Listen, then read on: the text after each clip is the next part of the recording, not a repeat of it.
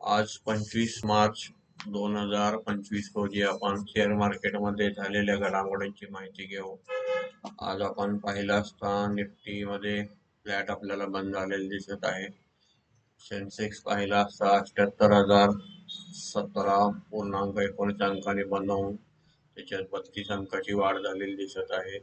Nifty मध्ये पाहिलं असता आपण 23,668.65 अंकाने बंद होऊन त्याच्यात 10 अंकाची वाढ झालेली दिसत आहे. बँक निफ्टी मध्ये पाहिलं असता आपल्याला 51,607.95 अंकाने बंद होऊन त्याच्यात 97 अंकाची घट झालेली दिसत आहे. आज आपण इंडिया विक्स पाहिला असता तो निगेटिव्ह आहे. साधारण मार्केटमध्ये आपण आज पाहिला असता तेजी कंटिन्यू होते. थोडंफार प्रॉफिट बुकिंग आलेलं आहे. त्याच्यानंतर पाहिलं असता ते प्रॉफिट बुकिंग आपल्या फंडमधलं दिसत आहे थोडंफार. कारण आपण साधारण हा रेजिस्टन्स पाहिला 23,797 त्याच्या वर जाऊन आलेला ऑलरेडी. तिथे एक चांगला रेजिस्टन्स होता. त्याच्या वर जाऊन साधारण 867 पर्यंत मार्केट जाऊन आले, पण त्याच्यावर टिकलेलं नाही आहे. आता पुढील फिगर आणि पाहिल्यानंतर आपल्याला थोडंफार लक्षात येईल. ओव्हरऑल आपण पाहिलं होतं मार्चला डोमेस्टिक फंड यांचं थोडं थोडं जसं FIG खरेदी चालू आहे तसं त्यांचं प्रॉफिट बुकिंग चालू आहे. त्यानंतर आपलं वर्ष मार्चमध्ये संपत असतं, किंवा असंही होऊ शकतं की आपल्याला टॅक्स हार्वेस्टिंगसाठी जे विकलं जाते आपल्या मार्चला विकू शकतात. लॉस मधले जे स्टॉक आहेत ते विकू शकतात. सेकंड डे घेतले की लॉंग टर्म मधनं ते बाहेर पडतात. असं करून सुद्धा असेल कदाचित, आपल्याला अजून कारण पुढे घेतल्यानंतर स्पष्ट होईल. त्याच्यानंतर आज डॉलर इंडेक्स पाहिला आपण थोडंसं आपल्याला स्थिरच दिसत आहे, काय अडचण नाही आहे, फ्लॅट आहे. मार्केटला निगेटिव्ह पॉझिटिव्ह कोणते घटक आहेत ते आपण पाहत असतो. डॉलर पाहिला असता आपण 85.64 दिसत आहे. मामूली 11 पैशाची वाढ झालेली दिसत आहे. आता पण 87 वगैरे होतं ते आता सगळं निघून गेलेलं दिसत आहे. मार्केट ओव्हरऑल पॉझिटिव्ह झोन मध्येच आहे. साधारण क्रूड पाहिलं असता 69.64 डॉलर इतकं दिसत आहे. गोल्ड पाहिलं असता 88,559 गोल्डचं दिसत आहे आजचा रेट. नंतर फार मोठं काय उलाढाल दिसत नाही आहे. न्यूजमध्ये आज पाहू काय बातम्या आहेत. बँक निफ्टी थोडंसं आज जो वाढता क्रम होता तो तोडलेला असं म्हणलेलं इथं. बऱ्याच चॅनलवर सपोर्ट आहे. आपण आता पाहिलं इथं 23,600चा एक सपोर्ट झोन आहे असं म्हणलेलं आहे इथं. त्याच्यानंतर 23,850 23,900 हा रेजिस्टन्स दिसत आहे आपल्याला. साधारण 23,600 तुटला तर 500 आणि 450. बाकी ओव्हरऑल आपल्याला फार मोठं काय खराबी किंवा काय दिसत नाही मार्केटमध्ये. त्याच्यानंतर आपण पाहिला असता हा जो थोडासा पॅटर्न आपल्याला इथे दिसत आहे, जिथून आपल्याला बऱ्याचदा निफ्टीनं रेजिस्टन्स घेतलेला आहे. याच्या आधी 2 वेळेला ही जी आपण बघत आहोत 891 साधारण ही जी 23,800ची जी लाईन आहे तिथं आपल्याला तिथून हा इथं रेजिस्टन्स घेऊन परत आपल्याला डाऊन आलेलं दिसत आहे निफ्टी. इथं सुद्धा बऱ्याचदा तिथूनच मोठा सपोर्ट तुटलेला दिसत आहे. थोडंसं कॉशियसचा अर्थ असा असतो की मार्केट घटताना सगळे शेअर घटत नसतात. त्याच्यात पोझिशन कुठं आहे, कोणते शेअर मार्केट जरी आपण परवा पाहिलं असता निफ्टी जेव्हा 27 सप्टेंबर टॉप पासून खाली आली, तिथून जी निफ्टी आलेली आहे ती निफ्टी जरी आली असेल तरी इथून आपण पाहिलं असता साधारण हा 16% आपल्याला जो 16-16.5% जो दिसतोय फॉल आलेला, तरी सुद्धा काही शेअर इतके न घटता स्ट्रॉंग होते आपण पाहिलेलं आहे त्याच्यात.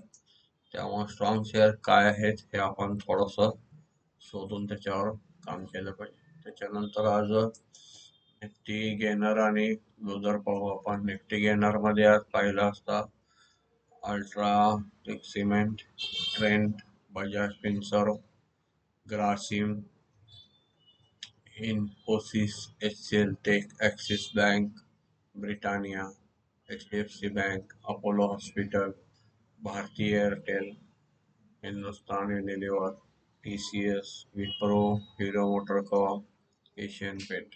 आपल्याला थोडेसे सिमेंट शेअर आता वर येताना थोडे थोडे त्याच्यात आज दिसत आहेत. ओव्हरऑल गेनर मध्ये खूप दिवस मागे राहिलेला सेक्टर होता. एक एक सेक्टर रिकवर होत असताना आपण त्याच्यावर लक्ष ठेवत असतो. जे लक्षात येते ते आपण पाहत असतो. कोणतं रिकमेंडेशन करत नसतो, पण आपलं बाजारात होणाऱ्या बदलांच्यावर ऑब्झर्वेशन असलं पाहिजे. त्याच्यानंतर लुजर मध्ये पाहिलं असता IndusInd Bank, doctor Reddy, Adani Enterprises, Coal India, Adani Port, Bajaj Auto, Mahindra and Mahindra, Tata Steel, Hindalco, State Bank of India, Sun Pharma, Reliance, ICICI Bank, Cipla, Shriram Finance, HDFC Life, Titan, BEL, SBI Life, ONGC इत्यादी आपल्याला लुजर मध्ये दिसत आहे. एक छोटीशी गोष्ट आपण ऑब्झर्व केली तर लुजर जे स्टॉक आपल्याला आता दिसत आहेत त्या लुजर मधल्या बऱ्याच स्टॉक बद्दल आज पॉझिटिव्ह न्यूज आपल्याला ठिकठिकाणी मिळत होत्या. बेलचा बाय कॉल दिसत होता. आपण रिकमेंडेशन करत नसतो, पण जे न्यूज मध्ये दिसत होतं म्हणजे माल कसा तेजीवरती आल्यानंतर काय विकून काढलं जातंय. परत आपल्याला थोडंफार महिंद्रा अँड महिंद्रा मध्ये न्यूज दाखवली जात होती. SML सुरू कंपनी बाय करायचं चालू आहे असं तसं. बऱ्याचशाच अशा न्यूज असतात त्या मीडियाच्या ज्या न्यूज येत असतात त्या न्यूज कितपत रिलायबल असतात. त्या न्यूजवर कधीही काम न करता आपण प्रत्यक्षात परफॉर्मन्स बघूनच काम करायला पाहिजे. त्यासाठी हे फक्त सांगायचं होतं. बाकी त्याच्यात फार मोठं आपण कुठल्या स्टॉकचं कधी हे देत नाही रिकमेंडेशन. आणि अलाउड पण नसते आणि घेणाऱ्याने घेऊ पण नाही. आपण अभ्यास करूनच घेतलेलं चांगलं असतं. आता एक्सपायरी आहे गुरुवारी, त्यानुसार आपण थोडंसं पाहू. एक्सपायरीच्या आसपास काय पोझिशन दिसतात आपल्याला. नंतर FI ची फिगर बघितल्यानंतर आणखीन समजेल. आज आपल्याला इथं कॉलमध्ये 23,700 ला 27 तारखेच्या एक्सपायरीला नवीन ऍड झालेले दिसत आहेत. कॉल रायटिंग 30,000, साधारण इथं 35,000 दिसत आहे. 23,800 साधारण इथं 24,000 ला आणि 38,000 वाढलेले दिसत आहेत. ह्याच्यात रेजिस्टन्स मध्ये ओपन इंटरेस्ट मध्ये वाढत दिसत आहे. कॉल साईडला कुठं कमी झालेलं नाही आहे. सपोर्ट मध्ये पाहिलं असता फार मोठे सपोर्ट नाही आहेत. इथे पण आता सपोर्ट मध्ये तितकी ताकद दिसत नाही आहे. ओव्हरऑल कुठंपर्यंत जाण्याची शक्यता आहे त्याचा आपल्याला इथं अंदाज येते. आज 23,300चा इथला सपोर्ट थोडा वीक झालेला दिसत आहे. त्याच्यातलं ओपन इंटरेस्ट कमी झालेला आहे. असं आपण निफ्टीचे स्टॉक सुद्धा बघू शकतो. आपल्या जे स्टॉक आपण घेतलाय तो जर निफ्टीत असेल एफ मध्ये असेल त्याचं कुठं जाईल काय जाईल आपल्याला थोडंफार कुठं रेजिस्टन्स आहेत कुठं त्याचे सपोर्ट आहेत हे पाहिलं तर ट्रेडिंग करणं सोपं होतंय. सोपं म्हणण्यापेक्षा चुका कमी होतात. गिफ्ट निफ्टी आपल्याला वाढताना दिसत आहे. आता फिगर पाहिल्यानंतर पाहू. निफ्टी जरी आपल्याला त्याचा एक्सपायरी प्रमाणे काय जे त्याचे रेजिस्टन्स सपोर्ट होत असतील, पण आपण जे इक्विटीमध्ये गुंतवणूक करतो ते चांगले बघून केल्यानंतर आपल्याला फारसा काही प्रॉब्लेम येत नसतो. कारण आपण लॉंग टर्म हिशोबानंच ते घ्यायला लागतंय. ट्रेडिंग मध्ये शक्यतो कोणाचे पैसे बनत नसतात. त्याच्यानंतर आपण आज ग्लोबल मार्केटमध्ये पाहिलं असता थोडंफार डाऊन आपल्याला निगेटिव्ह दिसत आहे सुरुवातीला. आपले बंद झाल्यानंतर त्याच्यानंतर युरोपियन मार्केट पाहिले असते आपल्याला डॅक्स वगैरे पॉझिटिव्ह दिसत आहे. आज अमेरिकेचं एक डेलिगेशन इकडं आपल्याला टॅरिफ संदर्भात चर्चा करण्यासाठी आलेलं आहे. त्याचं काय रिपोर्ट आहे ते आपल्याला उद्या किंवा रात्री समजेल. त्याचा मार्केटवर कसा परिणाम होतोय आपण पाहू. त्यानंतर सेक्टरल इंडायसेस मध्ये जाऊ आपण. सेक्टरमध्ये आज कोणत्या सेक्टरला काय इम्पॅक्ट झालं साधारण आपल्याला आज लक्षात येईल की ज्या स्टॉकला टेरिफ होती किंवा ज्या सेक्टरला टेरिफ होती त्याच्यावरच चर्चा असल्यामुळं ते सेक्टर आज आपल्याला सरळ सरळ थोडेफार कमी झालेले दिसत आहे. निफ्टी मध्ये आपल्याला 201 अंकाने घटलेले दिसत आहे. निफ्टी IT मध्ये आपल्याला 489 अंकाने वाढ झालेली दिसत आहे. निफ्टी PSU बँक मध्ये पाहिलं असतं आपण साधारण 109 अंकाची घट झालेली दिसत आहे. निफ्टी फायनान्शियल सर्व्हिसेस मध्ये पाहिलं असतं आपण 28 अंकाची वाढ झालेली दिसत आहे. निफ्टी फार्मा मध्ये पाहिलं असतं आपण 228 अंकाची घट झालेली दिसत आहे. साधारण निफ्टी FMCG मध्ये पाहिलं असता आपण आपल्याला 101 अंकाची घट झालेली दिसत आहे. निफ्टी मेटल मध्ये आपण पाहिलं असता 129 अंकाची घट दिसत आहे. अगेन टॅरिफ आपल्याला मेटलवर होतो त्या सेक्टरवरच त्याच्या संबंधित चर्चा असल्यामुळं मेटल निफ्टी सुद्धा खाली दिसत आहे. त्याच्यानंतर निफ्टी रियालिटी मध्ये 12 अंकाची घट दिसत आहे. निफ्टी मीडिया मध्ये पाहिलं असता आपण 24 अंकाची घट दिसत आहे. निफ्टी एनर्जी मध्ये पाहिलं असता आपण 452 अंकाची आपल्याला घट झालेली दिसत आहे. साधारण आज जे अमेरिकेसंबंध सोबत आलेल्या डेलिगेशन सोबत ज्या आपल्या चर्चा होणार आहेत त्यामध्ये साधारण आपण पाहिलं असता आपण आपले जे टॅरिफचे रेट आहेत किंवा आपण जे एक्सपोर्ट करत आहे सध्या अमेरिकेला त्याच्यामध्ये सेक्टर पाहिले असता आपण ॲग्रिकल्चर सेक्टरमध्ये 39.60% इंडिया टॅरिफ लावत आहे आणि USA कडून 1.80% इतकंच आहे. टेक्सटाईल मध्ये 24.60% आहे आणि अमेरिका आपल्याला 9.10% लावत आहे. त्याच्यानंतर ट्रान्सपोर्ट मध्ये पाहिलं असता आपण 14.80% आहे. अमेरिकेकडून फक्त 1% आहे. स्टोन्स अँड ग्लास मध्ये पाहिलं असता आपण 10.90% आहे आणि USA कडून फक्त 3.50% आहे. प्लास्टिक मध्ये 10.60% इंडियाकडून लावली जाते आणि अमेरिकेकडून 3.20 म्हणजे 3.20% इतकीच आहे. जेम्स ज्वेलरीला इंडियाकडून 10.90% लावली जाते आणि अमेरिकेकडून 1.60 इतकीच आहे.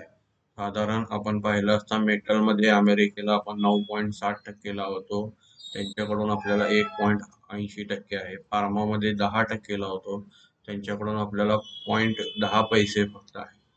त्याच्यानंतर इलेक्ट्रॉनिक आयटमला 7.80% आपण लावतो, त्यांच्याकडून 1% आहे. मशिनरीमध्ये 7.30% असून त्यांच्याकडून 1.40% आहे. क्रूड ऑइलमध्ये 6.80% असून त्यांच्याकडून आपल्याला 0 आहे. साधारण तिथले इम्पोर्ट आणि ह्या ड्युटीचे डिफरन्स इतका असल्यामुळं आपल्याला थोडंसं ज्या सेक्टरवर टॅरिफ होती त्याच्या आपल्याला स्टॉक आज किंवा ते सेक्टर घटताना दिसत आहे. ओव्हरऑल त्याच्यानंतर कारण हे 2 तारखेला साधारण अप्लाय होणार आहे 2 एप्रिलला. त्याच्या आधी त्यांची आता डेलिगेशन मध्ये चर्चा होऊन काय निकष येतील ते आपण पाहू. त्यानंतर आपल्याला पुढचं चित्र स्पष्ट होईल. ओव्हरऑल आज आपण पाहिलं असता डोमेस्टिक फंडनी 11,692.98 कोटीची खरेदी केलेली आहे आणि 14,461.85 कोटीची आपल्याला नेट विक्री केलेली दिसत आहे. नेट विक्री पाहिली असता आपण डोमेस्टिक फंडनी 2,768.87 कोटीची नेट विक्री केलेली आहे. म्हणजे अगेन आपण पाहिल्याप्रमाणे मार्च मध्ये डोमेस्टिक फंड हे आता सध्या विक्री करत आहेत, त्यांची विक्री चालू आहे ती. त्यामुळं FIचं आपल्याला जे इनकमिंग होतं ते चालू आहे असं दिसतंय.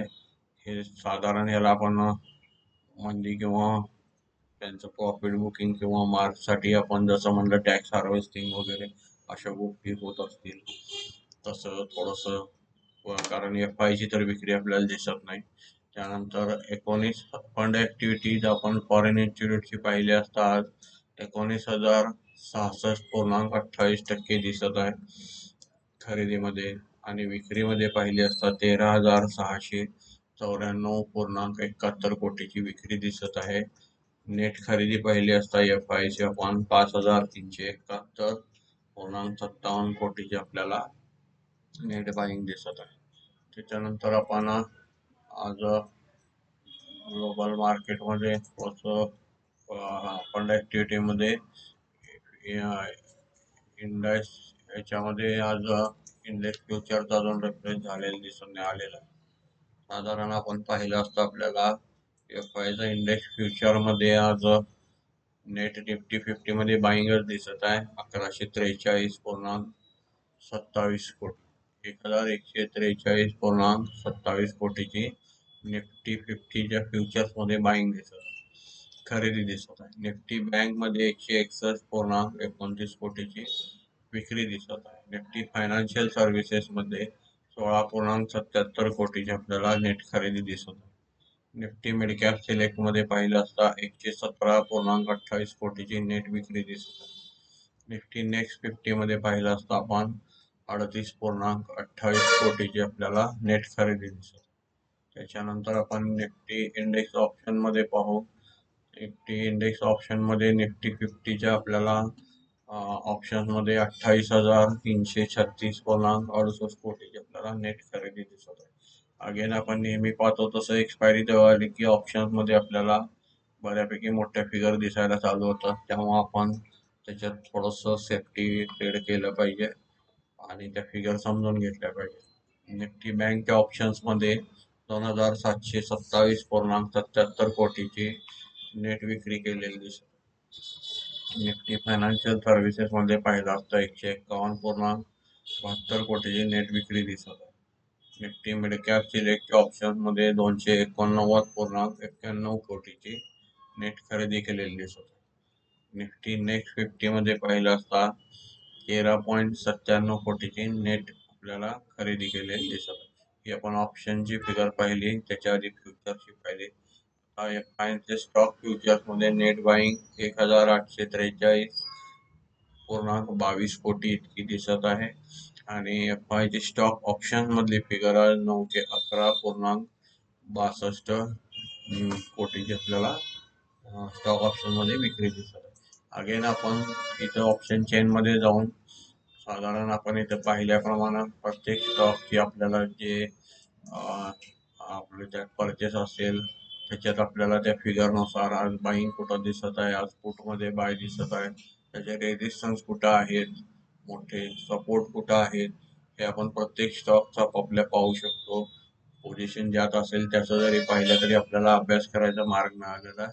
आपण त्याच्यातून पुढे जायला काय हरकत नाही आहे, ते बघून आपण करू शकतो. त्याच्यानंतर आपल्याला आता दिसलेलं आहे की उद्याचं साधारण हे 23,830 वर एकदा चांगलं बंद राहणं फार गरजेचं आहे. त्याच्यानंतर पॅटर्न कसा तयार होतोय ते बघून आपण थोडंफार पुढं काम करू. धन्यवाद.